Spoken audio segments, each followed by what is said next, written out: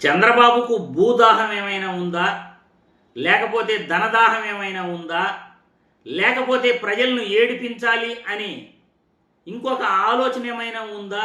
చంద్రబాబు నాయుడు ప్రజలకు సమాధానం చెప్పాలి. ప్రజాధనాన్ని నీ ఇష్టం వచ్చినట్లు దుర్వినియోగం చేయడానికి అసలు నీకు ఏ హక్కు ఉందని నేను ఈ వీడియో ద్వారా చంద్రబాబు గారిని ప్రశ్నిస్తున్నాను.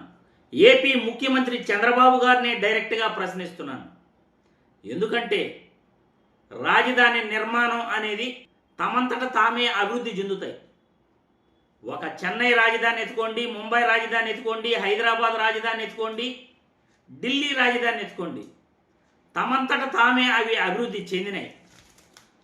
ఒక గ్రేటర్ హైదరాబాదు 650 చదరపు కిలోమీటర్లలో రాజధానిగా విస్తరించి ఉంది. గ్రేటర్ చెన్నై 438 చదరపు కిలోమీటర్లు, బెంగళూరు 741 చదరపు కిలోమీటర్లు, ముంబై 603.4 చదరపు కిలోమీటర్ల పరిధిలో ఉన్నాయి. కానీ తామంతట తాము అభివృద్ధి చెందిన నగరాలను పక్కన పెట్టి చంద్రబాబు నేనే నగరాన్ని కడతాను, నేనే రాజధాని కడతాను అని 926.8 చదరపు కిలోమీటర్ల పరిధిలో చంద్రబాబు రాజధాని నిర్మాణానికి మాస్టర్ ప్లాన్ రెడీ చేశాడు. 53,000 ఎకరాలలో రాజధాని నిర్మాణానికి దాదాపు 100 ఏళ్లు పడుతుందని చంద్రబాబు సర్కార్ బ్రిజేష్ కుమార్ ట్రిబ్యునల్ ఎదుట వెల్లడించింది. 53,000 ఎకరాలలో రాజధాని నిర్మించడానికి 100 ఏళ్లు పడుతుందట. బ్రిజేష్ కుమార్ ట్రిబ్యునల్ ఎదుట చంద్రబాబు సర్కారే వెల్లడించింది. ఈ లెక్కన రెండో దశలో 50 గ్రామాలలో 175,347.43 ఎకరాలలో రాజధాని నిర్మాణానికి మాస్టర్ ప్లాన్ రెడీ చేస్తూ ఫిబ్రవరి 16వ తేదీ టెండర్ నోటిఫికేషన్ ఈ కూటమి సర్కార్ విడుదల చేయడం జరిగింది. 53,000 ఎకరాలలో రాజధాని నిర్మించడానికి 100 ఏళ్లు పడితే మరి 175,000 ఎకరాలలో రాజధాని నిర్మించడానికి దాదాపు 350 సంవత్సరాలు పడుతుంది. ఎవరు బ్రతికుంటారు, ఎవరు చనిపోతారు, క్రీస్తు పూర్వం క్రీస్తు శకం అనుకోవాలి మనం. మరి ఇటువంటి రాజధానిని నేనే నిర్మిస్తాను అని చంద్రబాబు కలలుగంటున్నాడు.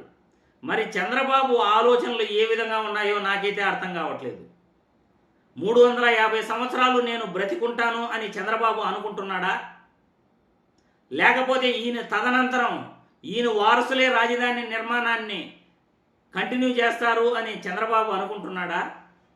వేరే ప్రభుత్వాలు ఏమీ రావు ఆంధ్రప్రదేశ్లో, నేను నా తర్వాత నా కొడుకు నారా లోకేష్, నారా లోకేష్ తర్వాత నా మనవడు దేవాంశు తర్వాత ఆయన కొడుకు జూనియర్ చంద్రబాబు, ఇలా మా కుటుంబమే మా యొక్క వారసులే ఆంధ్రప్రదేశ్ రాష్ట్రాన్ని మరో 1000 సంవత్సరాలు పరిపాలిస్తారు అని ఆయన అనుకుంటున్నాడు ఏమో, నాకైతే అర్థం కావట్లేదు.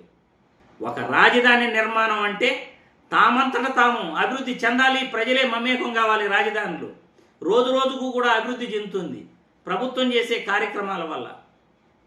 ఎప్పుడైతే ప్రజలు నివాసం ఎక్కువగా పెరుగుతుందో అప్పుడు ప్రభుత్వం వసతుల కల్పన చేస్తుంది అక్కడ. ఉదాహరణకు హైదరాబాదులో outer ring road Rajasekhar Reddy నిర్మించాడు. దాదాపు 7 ఏళ్ల సమయం పట్టింది. 7 ఏళ్ల సమయం. 2006లో స్టార్ట్ చేశారు ఔటర్ రింగ్ రోడ్డు. 2006లో 2012కి అది కంప్లీట్ అయ్యింది. అలాగే రాజీవ్ గాంధీ ఎయిర్పోర్ట్ రాజశేఖర రెడ్డి పీరియడ్లోనే స్టార్ట్ చేశారు. పివి నరసింహారావు ఎక్స్ప్రెస్ ఫ్లైఓవర్ రాజశేఖర రెడ్డి పీరియడ్లోనే స్టార్ట్ చేశారు. ఇలా అభివృద్ధి కల్పన, ప్రజలకు కావాల్సిన మెరుగైన వసతులు ప్రభుత్వం అప్పుడు చేపట్టాలి. జనాభాను బట్టి ఆరు లేదు, సూరు లేదు, అక్కడ ఏమీ లేదు, నేనే రాజధాని నిర్మాణం చేపడతాను, లక్షల కోట్లు పెట్టుబడులు పెడతాను అంటున్నాడు చంద్రబాబు నాయుడు. 53,000 ఎకరాలకి దాదాపు కూడా 1,00,000 కోట్ల పైనే పడుతుంది నిర్మించడానికి. 1,75,000 ఎకరాలలో రాజధాని నిర్మించాలంటే దాదాపు 3.45 లక్షల కోట్లు పడుతుందట. ఇంత డబ్బు ప్రజాధనాన్ని ఎవరు తీసుకొస్తారు, ఎలా తీసుకొస్తారు? రాష్ట్రంలో వేరే అభివృద్ధి కార్యక్రమాలు ఇంకేమీ లేవా?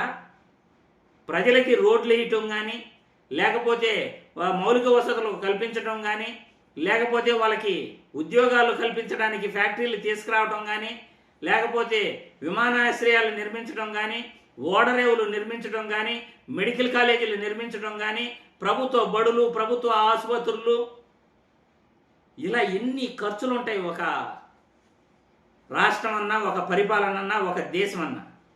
మరి ఇవన్నీ కూడా, వీటన్నిటికీ కూడా డబ్బులు ఎక్కడి నుండి తీసుకొస్తారు?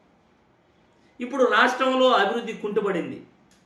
ప్రజాధనాన్ని అంతా ఎతకపోయి చంద్రబాబు నాయుడు రాజధానిలో ఖర్చు పెడుతున్నాడు.